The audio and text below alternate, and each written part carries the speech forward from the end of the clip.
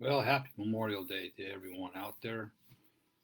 A special thanks to all of our vets, those that are serving, those that have served and have not made it home, and to all the vets' families who have sacrificed so much of their time and their love for their family that's overseas. So we a great gratitude for all of our vets as far back as we can go. And I'll say special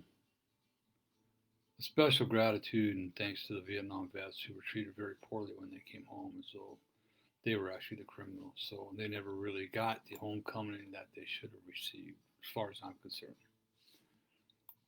So special thank you to all of you that have served our country and fought in wars, foreign and domestic, to help us have our continue to have our freedom,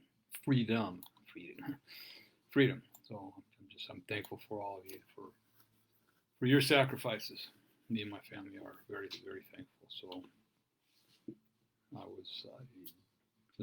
I'm of the age where I missed them all, right in between everything, as are my children. So, but I know we'd all fight for our country. I just told my son the other day we were traveling to do some fishing, and I told him, I'll die for you and my grandkids. I'll put my life on the line because I don't want your grandkids, I don't want you, or I don't want your children to have anything less than what we had growing up. This country's not in good shape right now. There's a lot of things happening, but I hope it never comes down to that. But I want you guys to have the best life possible. And what's going on right now is going to take that all away if it's not put to an end. Again, this is my opinion only. We're all entitled to our opinion. So you can give your opinion if you like. Just don't attack me for my opinion, and I don't attack you. So that's a little bit about the vets in our country, and for us Californians right now, as hard as it is, but I see some things changing, and hopefully they'll change for the better, or they'll keep changing for the better as we continue down the road. There's so much misinformation out there that it's hard to tell who's telling the truth anymore. So you got to be your own judge and live your own life, and don't worry about what other people are doing. I know that you can say, well, Randy, we've got to worry about other people because other people might die because of your carelessness. Don't come on. Let's not go there. I could walk down the street today and walk out in front of a car and be killed. A nuclear bomb could drop today, and none of all of this would be for nothing. So me and my family, we're choosing to live our life. We are cautious and respectful of other people's wishes, and I don't wear a mask except where it's absolutely mandatory. But that being said, I also keep 6 feet distance from those that I don't know, and I also pretty much don't breathe except out my nose. My mouth is closed 90% of the time when I'm walking around. Anyways, just a lot of uncertainty right now. One thing I do know is that God's in control, and He's got something big planned, bigger than all of us could even see right now. What we're fighting is we're not fighting against flesh and blood. We're fighting against the principalities of darkness. So we have to keep that in mind. It's hard sometimes, but we got to keep that in mind. So that's all I want to say about that. But it's been a beautiful week out here in the desert. It's going to get hot this week. They say up in the 100 and teens, 112, I think, by the middle of the week. We got an excessive heat warning out for us here in the Coachella Valley, which, hey, is what it is. Um, I chose to live here, so I gotta deal with it. So we're going to continue. Actually, we're going to finish on forgiveness today, chapter 12 of Healing the Wounded Child Within. And this is probably one of the most important chapters in the entire book. Hey, Linda, how are you? Um, this is probably the most important chapter in the book. This and actually the last chapter, chapter 13, our authentic self. And that's gonna come into play right now. We'll hit that next week. But that chapter is coming into play right now in this world more than people can realize it. They don't even know what's happening, but it definitely is. Hey, Johnny, um, People don't know who they are. I mean, that's just the bottom line. So the authentic self is going to kind of dive into that. You know, real quick, I read an article, legitimate article, that the first 4 months of this year, there was as many suicide attempts in the first 4 months of this year as there is in the entire year. And I'll dive into that a little bit more next week, but it all has to do with what we tie ourselves to, who we think we are. And we're not always who we think we are, and we got that label attached to us, and therefore we're not living up to that standard when we get to a point where we see no way out. And a lot of it's the societal rules for men that they lay on men.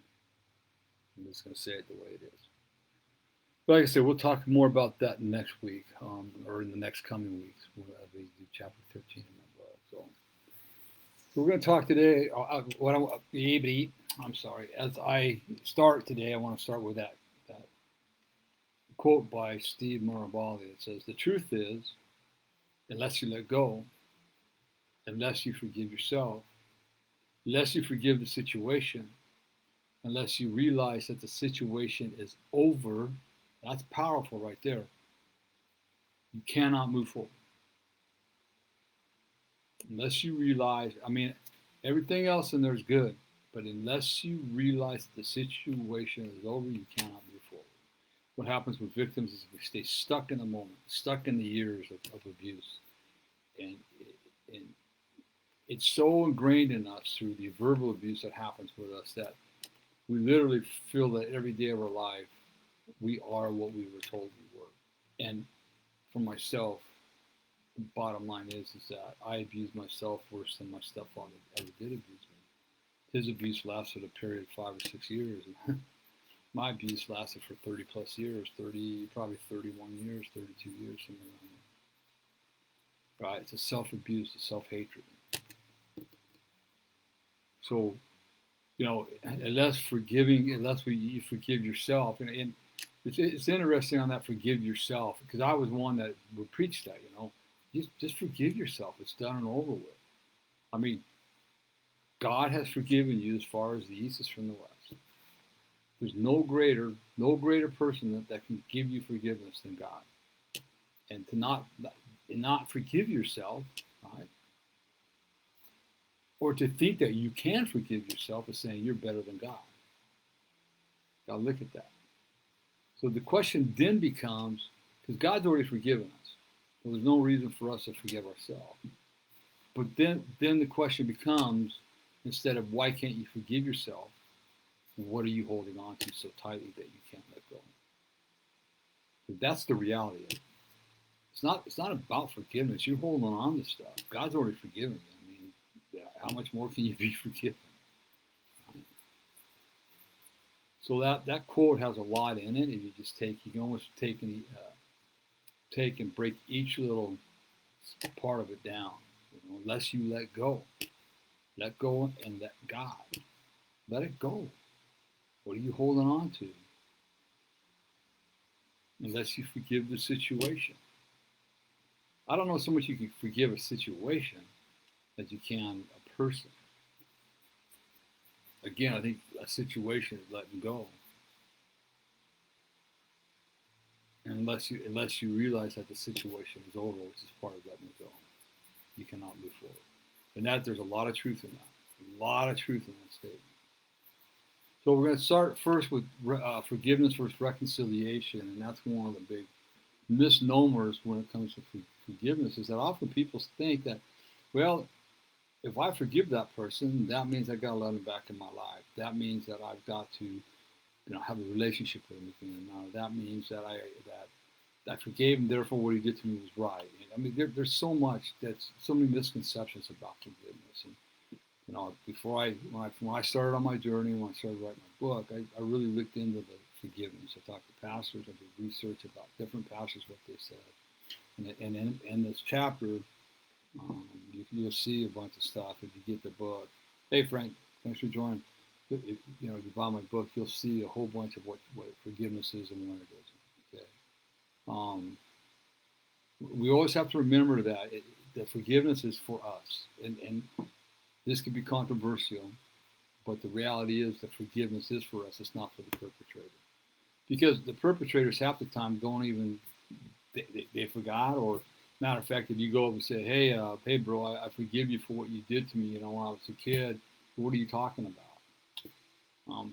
They probably don't even want to admit that they did anything wrong. So the forgiveness is always for us because it frees us from a prison that we have in our mind.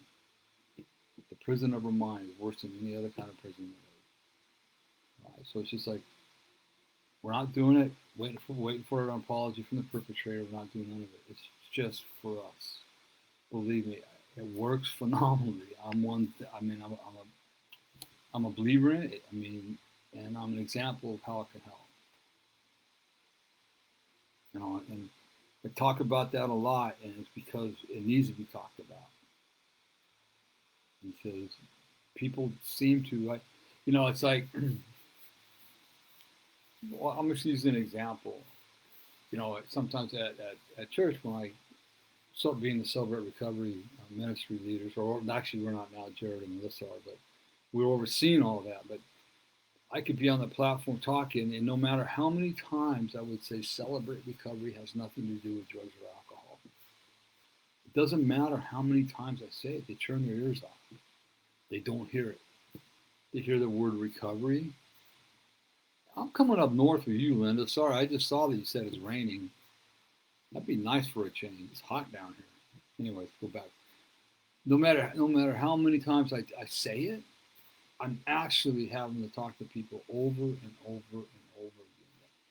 Celebrate Recovery is about your hurts, habits, and hangups. Recovery, period, is not about drugs and alcohol, because drugs and alcohol is only is the symptom of the underlying issues. But just people need to be reminded all the time. It's no fault of theirs. It doesn't. You can't blame nobody. It's just the way it is. So it's the same thing with forgiveness is for you, not the perpetrator. And sometimes it takes a while for that to sink in. A lot of people think that actually what I'm talking about is a selfish act and for your benefit only. Right? And it is. Be honest. I'm just going to be honest. It is. It's a very selfish act. But it's a selfish act in a different way of selfishness. You hear it all the time from people that are in any kind of recovery group that, well, man, my husband was never home, when he was drinking. Now I never see him when he's in recovery because he's doing this and doing that. He's still pretty selfish. Well, it's a different kind of selfishness. We have to be selfish for a period of time. And it shouldn't last any more than maybe a year. But we have to be selfish to a certain point because we are fighting for our lives. We are fighting for our lives. We're fighting for everything that we own. And so whatever it's going to take to get back where we need to be, we're going to do. We use the phrase often, this is that people go, well, man, I don't have a car to get to a meeting, or I don't have a car to get to church, or but I want to get better. Okay, well, let me ask you this. You do anything you could at any time of the night to get your drug of choice, correct? Yeah? I go, well, don't give me an excuse about not having a car. There's no excuse, okay? So we got to be really careful when it comes to the forgiveness and being absolutely clear in a very loving way what it all is. And the other part is that people often, not often, but pretty much all the time, they confuse forgiveness with reconciliation as if they were the same thing. And the reality is they're not. Right? There's nothing. They're complete total opposites. You got to remember that forgiveness takes one. Forgiveness only takes one person. It takes you. You got to do your work. You got to dive into it. You got to pray about it. You got to do what you got to do.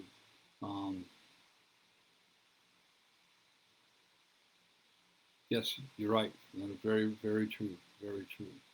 So the forgiveness is for you. So you're doing it. You're working on it. You got to do what you got to do. Then you forgive the person. And I struggle. I know I've told this story lots of times, but it doesn't mean reconciliation. Forgiveness takes one. Reconciliation takes two. And what that looks like, and actually, it's also the cherry on the top, right? It's like an extra bonus when and if it does occur. Okay, because the reality is reconciliation isn't just saying, okay, um, I'm going to go back home. I'm just going to just let it go, and I'm not going to. I'm good now. I forgave myself. They're still toxic, and you go around them, and every time you're around them, it's nothing but toxicity. You walk out, they're pissed off and whatever. And believe me, I'm telling stories of 1,000 different people I've talked to. That's exactly what happens. Right? And when my mother, the last any type of communication we had was, she sent me a voicemail actually. And at this point, I wasn't to listen to any of my mother's phone calls, voicemails, or open any of her cards. And I got to tell you, it wasn't easy because you keep hoping beyond hope that this time it'll be different. And prior to the last instructions I had, it wasn't. Nothing was ever going to change. So when she wanted to reconcile, right, I know I've told the story, but you got to hear it. I told my therapist in her office, she listened to the voicemail. I said, okay, let's do it. I'm willing to sit down and reconcile with her, but it's going to be here in your office, and you're going to set the terms, not her, because my mom's very controlling. When my therapist called my mother, says, okay, but I can only do it next Tuesday because we're going to leave out of town. That's my mother's MO all the time. Oh, I can't, she would say, I want to do this, and I need to talk to him right away. So whatever it was, and then she'd come up with an excuse why she couldn't do it. So I told my therapist, no, I need time to go over this with you and the process with you, how this is going to go down. My mother didn't want to do it. So basically what happened was when my therapist called her back, my mother says, nah, you know what, the problem is that Randy needs to cop up to his part in the abuse. It's not all just me. Randy needs to cop to his part in it too. And for the most part, she wasn't even saying she had done anything wrong. She wasn't even saying I'd been abused. So the reconciliation didn't happen. And what my therapist had told me, yeah, that's better, Linda. Like I figured I knew what you're saying. It's not the reconciliation. It's like my therapist explained it to me. True reconciliation comes from you made your amends to your mother. You forgave her and you made your amends to her, right? And I did all that. In order for a true reconciliation to happen, all right, to really start over, is my mother should have done the same thing with me. What my mother, her duty would have been to sit down with my therapist in there, right, and sit down and apologize for her behaviors and her actions. Admit to me in front of my therapist and me that she was, and I'm telling you the truth, a terrible mother. She was. I didn't even consider her a mother. She was a terrible mother. She didn't protect me. She put me in danger's way on a daily basis. She didn't want to do that. She didn't want to admit she had any problem with it. So therefore, reconciliation couldn't take place. So we got it. And I know it's treading on dicey water sometimes, but you've got to look at the reality of this.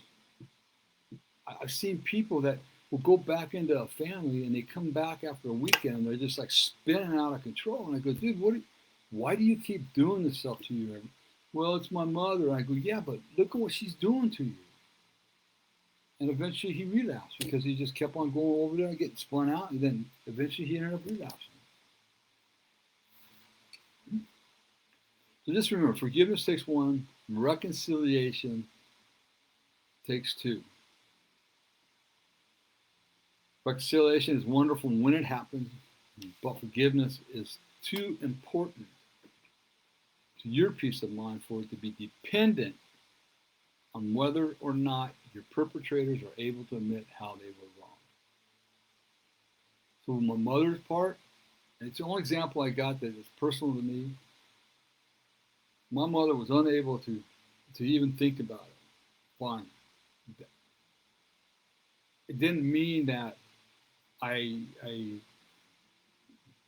didn't love my didn't love my mom, and then I wasn't going to have a relationship because she was extremely toxic. I have a two and a half page letter she wrote me. It just tore me apart as an adult. It took me almost a month, 2 months to come out of the shame hole that I got thrown in because of that letter. So it's like, well, Randy, the Bible says honor your mother and your father. Yeah, okay, but how are you supposed to honor your mother and your father, or for that fact, honor your mother and father or respect them when they're doing unhonorable things to you? Okay, how are you supposed to do that? As an adult, it's as a kid, you're kind of stuck in there, right? And actually, when you're honoring, I had a guy ask me one time at the ranch. He goes, "Why don't you just beat the crap out of your stepdad, Randy?" I go, "Because he's a father figure, and I'm supposed to honor that father figure." And that is the truth. Yeah, but how'd you honor your mother? Because she was toxic. You forgave her, but how'd you honor her now? Here's how I honored her now. I quit assassinating her character. My mother died 2 years ago. Did not know this Randy. Did not know Randy, the pastor, the Randy that helps countless people, me and my wife. She chose to stay stuck in her bitterness. I chose that she couldn't be in my life anymore because she was extremely toxic, and not only to me, but to my children. These are facts. I'm not assassinating her character. She was a very broken woman herself. So you got to remember, a lot of these people that were perpetrating against us, they're broken. Hurt people hurt people. They're really broken. And so that was part of the forgiveness for me, is that I had to learn how to be empathetic with them. And it was hard because that meant I had to sit there and sit with my therapist, who was much wiser than me at the time, and talk about their lives. What was their life like as a kid? I don't want to hear it.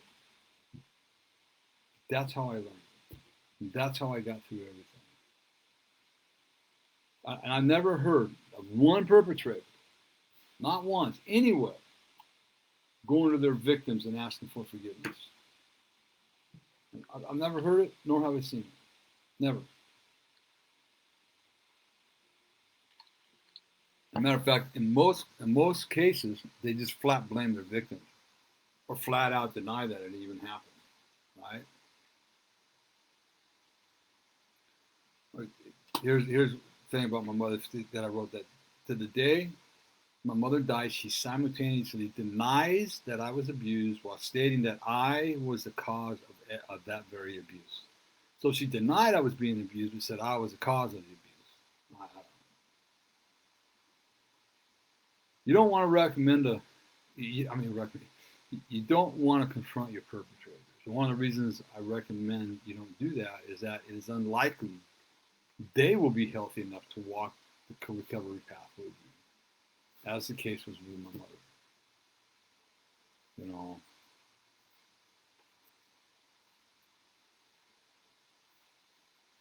very good, Johnny. I like that. That's really, really good.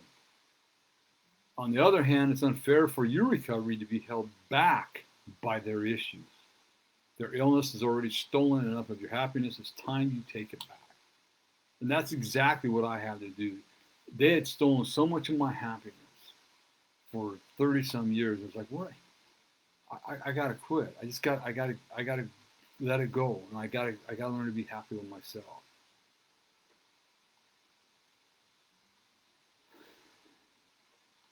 So we're gonna and one of the things that helped me with this is that I remember I was really struggling one night. Papa Brock was in our church speaking about forgiveness, and he was saying some things, and I'm going, "Oh my God, I'm gonna burn in hell. This ain't gonna work." Oh no, I knew it. I should. Oh, why did I do that? But then he spoke up and he says, "Listen to me and listen to me clearly. If forgiveness does not mean letting a person back in your life. Forgiveness does not mean having a relationship with that person again. They've hurt you deeply, so you don't have to have a relationship with them." It just relieved. It took all the weight off my shoulders that night, and I became much clearer and freer because of that. So I'm going to talk about redefining forgiveness a little bit here.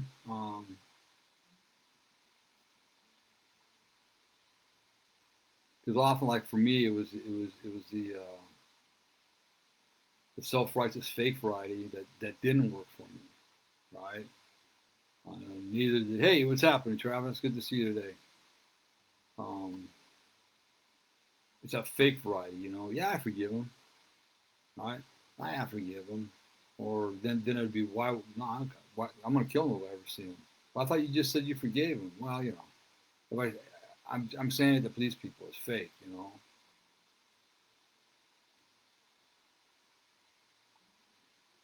And the other part of it was too, I thought that forgiveness was something I had to do to be a good person. It just didn't sit well with me that was part of it.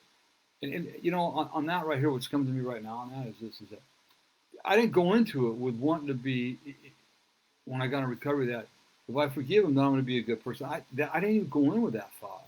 I thought was the furthest thing through my mind. But what happens is through the forgiveness process, and once you forgive somebody and you fully from the heart forgive them, where you can look at them and say, I love you, but you're hurting and I can't allow you in my life right now. Depending on the level of hurt, right? Then I became a good person. And I didn't go into it saying I have to. The only way I'm going to be a good person is if I forgive. No, it just kind of organically happened once I forgave. It's a universal spiritual principle, and the best of all faith emphasize it as an act of loving kindness, compassion, equanimity, sympathetic joy, welcoming the good, welcoming the good fortune of others. Right? Welcoming the good fortune of you mean that person that did to me. I gotta welcome a good fortune from him. Yep, absolutely. Because if you didn't, if you're not, then you haven't let go of him. You're still harboring some resentment and hate. He's a hurt person.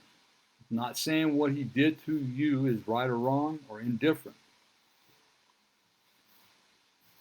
Well, let me take that back. Not saying what he did to you is right. Not co-signing or condoning it.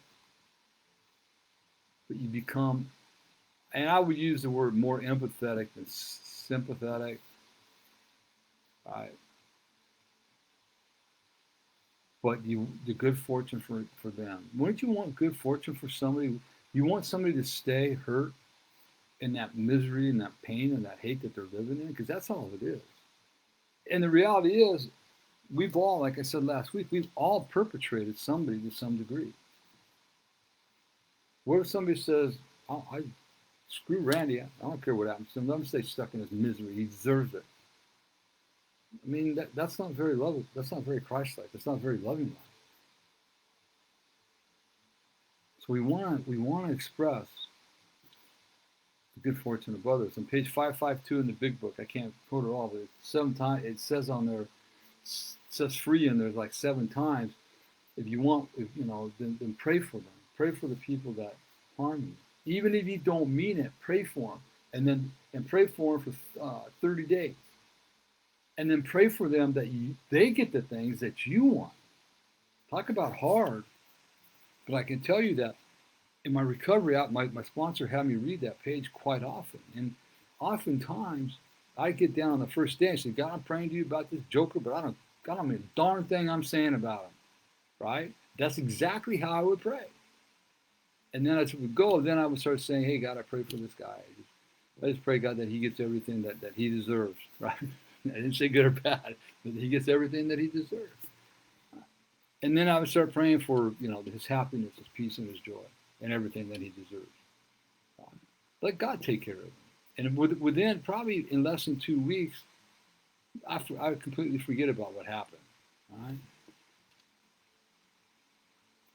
Because genuine forgiveness incorporates many subtle flavors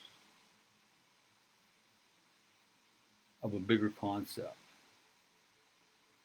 Yes, if you think about Joseph, like Lennon posted here, what happened to him, man? I mean, time after time after time after time after time. Got thrown in a pit by his brothers. Got sold to slaves by his brothers. Got thrown in Potter's house. Got accused of raping Potter's wife without doing it. So talk about things happening over and over and over to him. But he never, if he would have carried that bitterness from the first day and never and held on to it, he probably never would have made it to the Potiphar's house and then therefore into the king's castle. Probably never would have made it because he'd been full of hate and anger. Who knows what he could have done, right? But he was forgiving from the very first moment and continued to give. We don't know what he went through. We don't know the battles he had in his head. I'm sure at some point in time he had some anger and some resentment going on. But he also was a very spiritual man with a prophecy over his head, and he knew that prophecy was going to be fulfilled. He had to keep his life straight.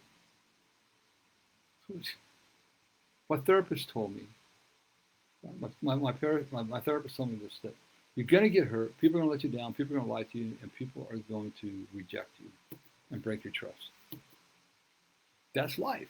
It happens all the time. It's happened to me countless times. It's like, oh, well, yeah, it hurts. Sometimes it really hurts. But does it mean that I can go around with a resentment, full of anger, rage, and hate towards that person? It doesn't do me no good. It means they won. What it means, you know. So forgiveness, it means wiping the slate clean, counseling the debt, and pardoning abusive behavior. It means it also implies the cessation of resentment as a result of a real or perceived offense, disagreement, or mistake. Okay? Just wipe the slate clean. Never happened. I will tell you this, that why I said you wipe the slate clean like it never happened, the memory will be there. But you don't have to dive into that memory, stay stuck in the quagmire of garbage that's going to throw you in. Okay? It means giving up my right to hurt you for hurting me. Y'all know I've said it 100 different times. Right? I plotted my stepfather's assassination for 38 years on a daily basis. I never did it, but hey, the way you hurt me, then you just hope to God I don't get a hold of you. That's what God did for me, what I couldn't do for myself. Whether you're a Christian, whether you're Buddhist, Hindu, Native, American, the principle is the same. I mean, again, when I dove into this, and I speak to not only the Christian, I speak to a lot of different people, so I want to include everything, but the principles are all the same. It doesn't matter what religion that is. Right? There's only one God, but different religions. The principle is the same. In order to be forgiven, you must forgive. There's no difference between all these religions.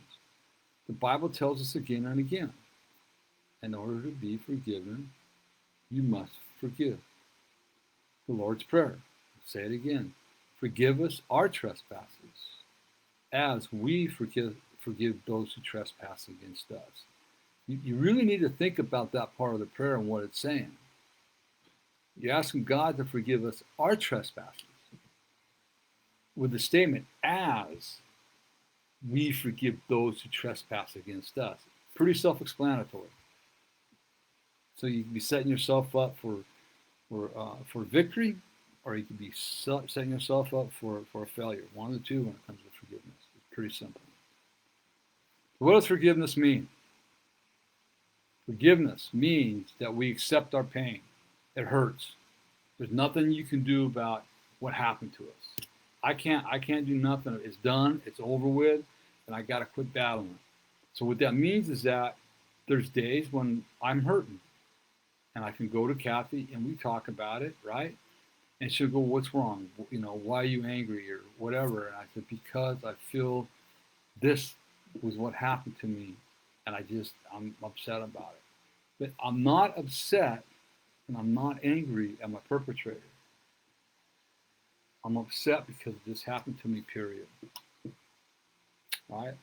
I have to accept that pain. If not, I'm fighting it. Remember, acceptance does not mean approval. I don't approve of it. But if we're not accepting things, then we're fighting things. And think about going to war. Is it a picnic? Are you going to sit back and relax and just chill and let your mind rest? No, you're at war. You're in battle. And we're at war with the forces of darkness and spiritual war. The enemy don't let up. I mean, in fact, when we decide we want to rest, that's when he's going to attack and we don't know.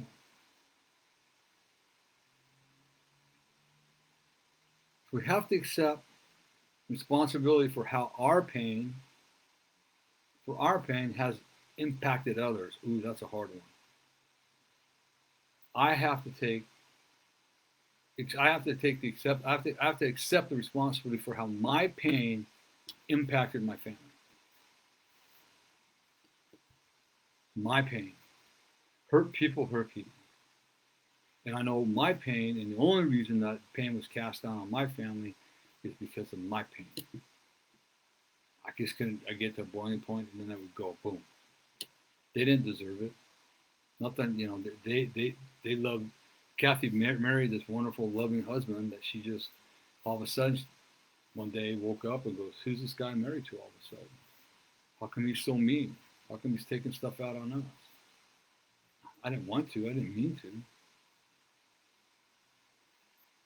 And it sucks and it hurts that I did that to my family. I mean, it really does. I can't. It really hurts that I did that to my family. Again, forgiveness means letting go of our right to punish another person. Right. Tit for tat. You did this to me, so I'm going to do this to you. That's child's play. I understand it. I was guilty of it. Right?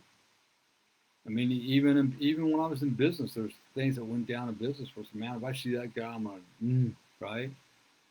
But it was all the pain I was carrying around. So we don't have a right to punish another person, okay, because they hurt us. Let God, the righteous anger of God, take care of them. And believe me, I would not want to stand in front of God and have to answer the way that I did, how I mistreated children. At all. I would not want to be that person, especially if you've done multiple abuses. Forgiveness means that we can no longer justify our bad behavior based on other people's bad behavior. That's a big one. Just because you're a jerk to me doesn't mean I can be a jerk to you. My sponsor said it this way, and I absolutely love it. He says, Randy, walk away from every conversation, good, bad, or indifferent, leaving the other person's integrity intact. Wow. Hey, what's up, Leo? So other words, what that's saying is that if I'm having a conversation and somebody gets in my face and starts tearing me apart and busting up my integrity, right? My old behavior was, you don't go there with me. Because if you start in on me, by the time I get done with you, you're going to have to reach up to touch bottom. But what we want to do is leave their integrity intact, right? And what that means is that, I'm no longer going to allow you to talk to me this way, so I'm going to walk away from this conversation right now.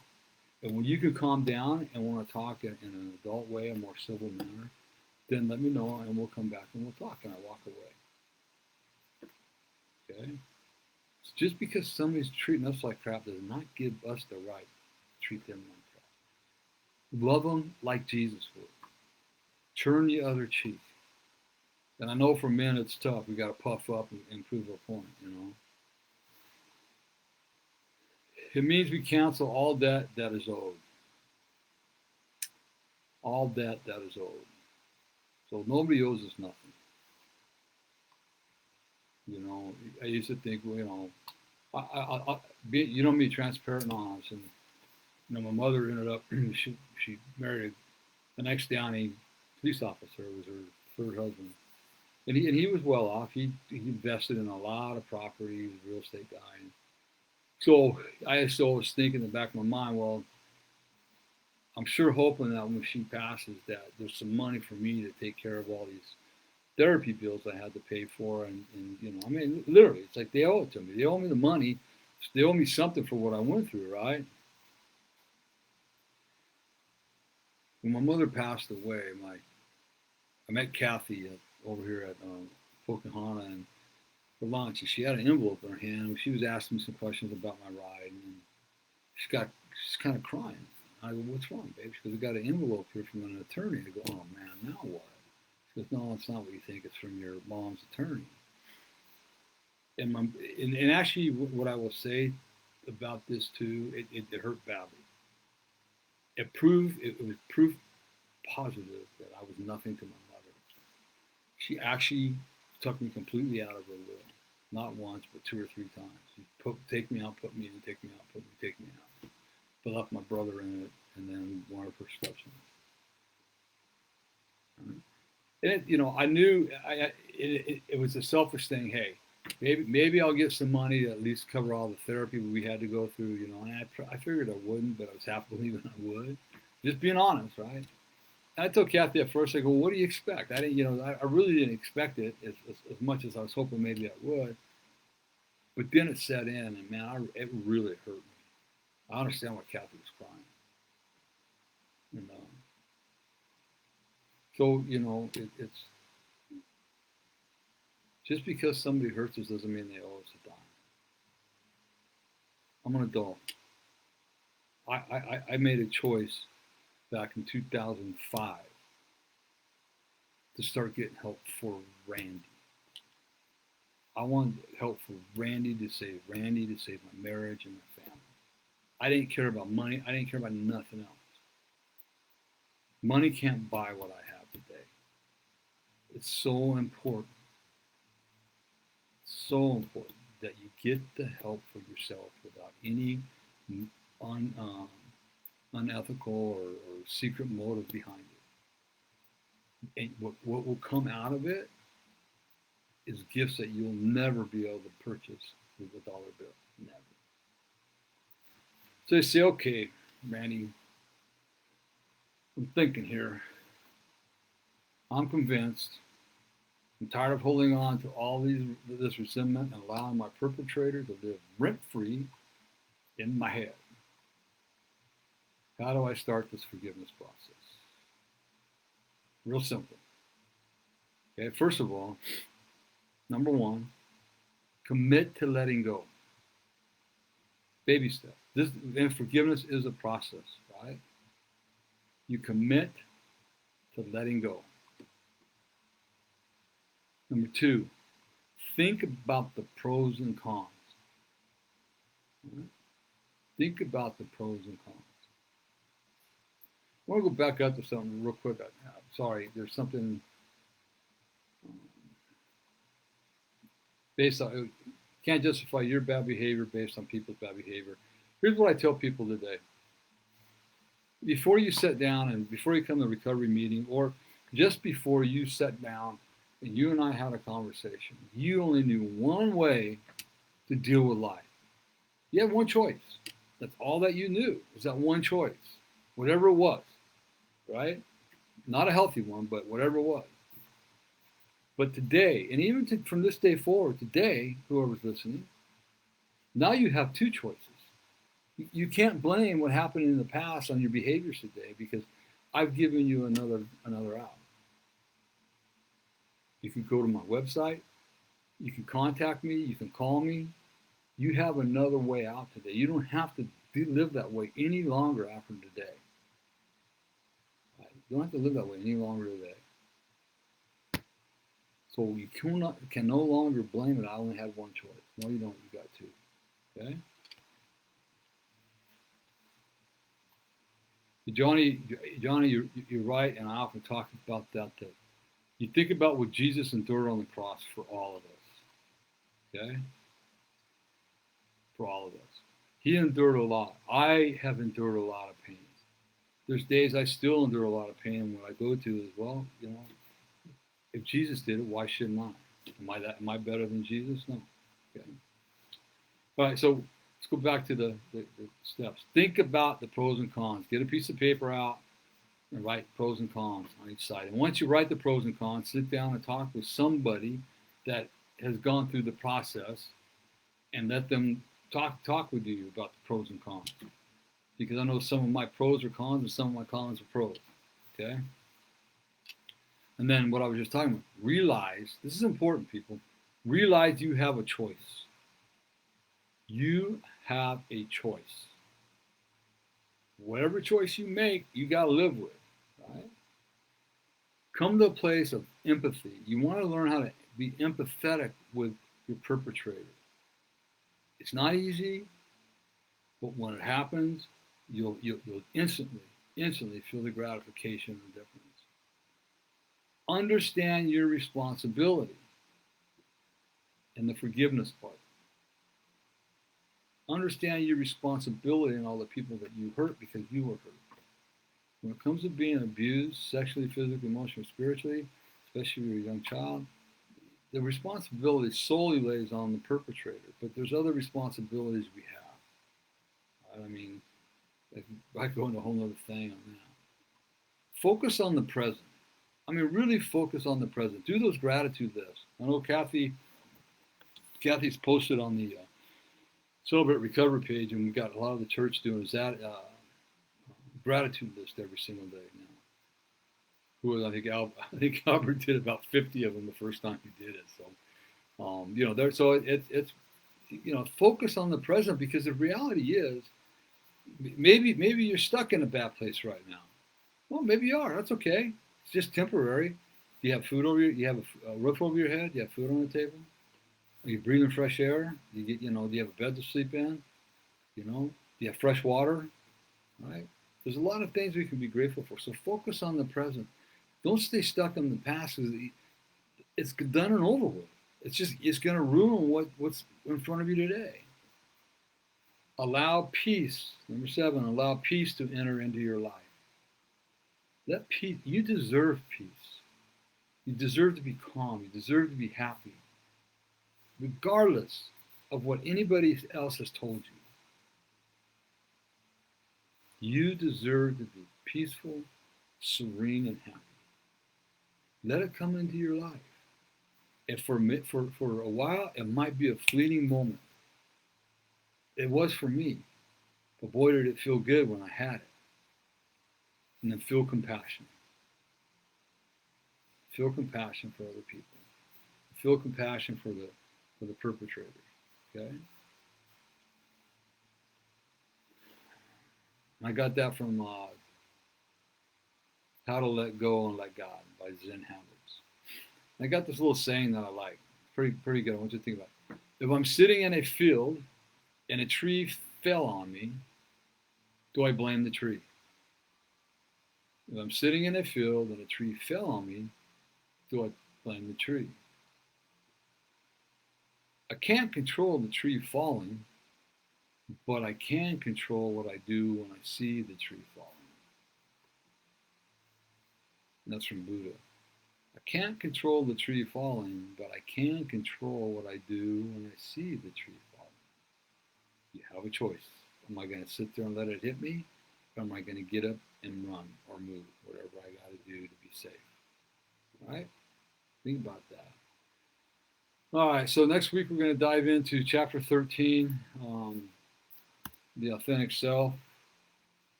We'll get going on that. It's actually the last chapter of the book. There's going to be a lot of good stuff in there. Remember, I've got my life coaching, changeyourlifestorynow.com, changeyourlifestorynow.com. Kathy and I do marriage counseling.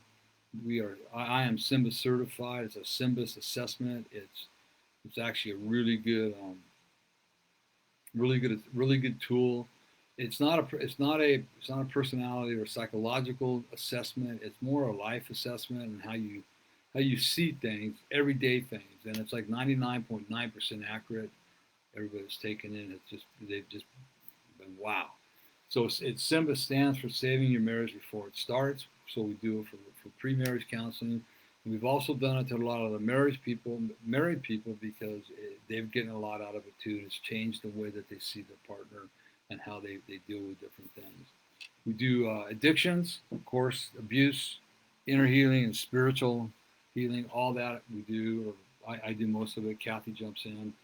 She works with the women. I work with the men. We both work on the marriage stuff. You can just visit our website, like I say, at changeyourlifestorynow.com. You'll see all the packages I have on there. You'll have to contact me for the package pricing. There's 3 different packages. You can just fill out the contact form and send it to me, and I'll get back to you ASAP, usually within a couple hours, if not sooner. Okay, so hey, we all got hurts, habits, and hang-ups that we need help with. So don't wait too long. Don't let it get the best of you. So I'm here to help. Remember my book, Healing the Wounded Child, Within, on Amazon. You can get it at paperback, Kindle, and audiobook. Also, my 30-day devotional to wholeness and my 7-day challenge is available on Amazon. I just found out that one of the therapists that I met back in Texas, she's using that 7-day challenge for a lot of her clients. So that was a pretty good pat on the back for Pastor Randy here. Great to hear. So then go visit our webpage, courageoushealers.org, courageoushealers.org. If you like, you can make a one-time donation, or you can be a monthly contributor. Just visit our website. And you click on the Donate tab. It's right there on the front page. We're a 501c3 organization. So all contributions are tax deductible. Look, even if you can do $5 a month, $10 a month, whatever you can do is going to help. This doesn't. I've been doing this for a long time, and we need money to keep it going. We're developing workshops. We're developing different things. So anything you can do to help on a monthly basis or a one-time contribution, whether it's $5 or $5,000 or $10,000 or $20,000, whatever, we will more than be happy and grateful for it. And all the money does stay right here in the foundation. Kathy and I do not touch the money. It's strictly foundation money. If you donated $60 or more, I'll send you a signed copy of my book, Healing the Wounded Child Within. Excuse me. And also a 30-day devotional to wholeness. We have our workshop series, Unmasking Yourself, for 2020. Next one coming up is Journey to You. It was scheduled for June 13th. I think at this point we're going to postpone that probably until the end of July, 1st of August. We're talking about it right now. We just haven't had enough time to get it, market it, and then plus with everything that's going on with the coronavirus, we want people to feel safe with it. So unless we can end up doing a webinar, which is it's possible. So, but that one's Journey to You will be sometime in July, 1st of August. Then we got our Secrets in Silence, September 12th, and December 5th is Forgiveness, right before Christmas. You can go on, you can sign up. I'm going to give you the link right now. You go to the website, you go to the workshop page on our website. You can one-click shop and stop. Right there, you can sign up, pay for it, do everything right on the spot.